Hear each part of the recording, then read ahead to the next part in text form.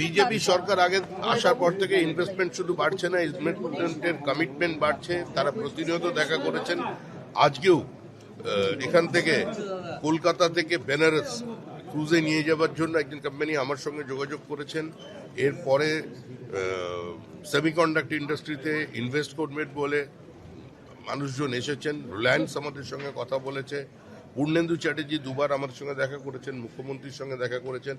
সমস্ত স্ফিয়ার থেকে, রাজ্যের, ভারতবর্ষের সর্বত্র থেকে যারা ইন্ডাস্ট্রিয়ালিস্ট আছেন তারা আসতে চাইছেন, এবং অনাবাসী ভারতীয় যারা ভারতবর্ষের বাইরে আছেন, নিজের জায়গায় প্রতিষ্ঠিত হয়েছেন, তারা আবার দেশে ফিরতে চাইছেন, এখানে ইনভেস্ট করতে চাইছেন।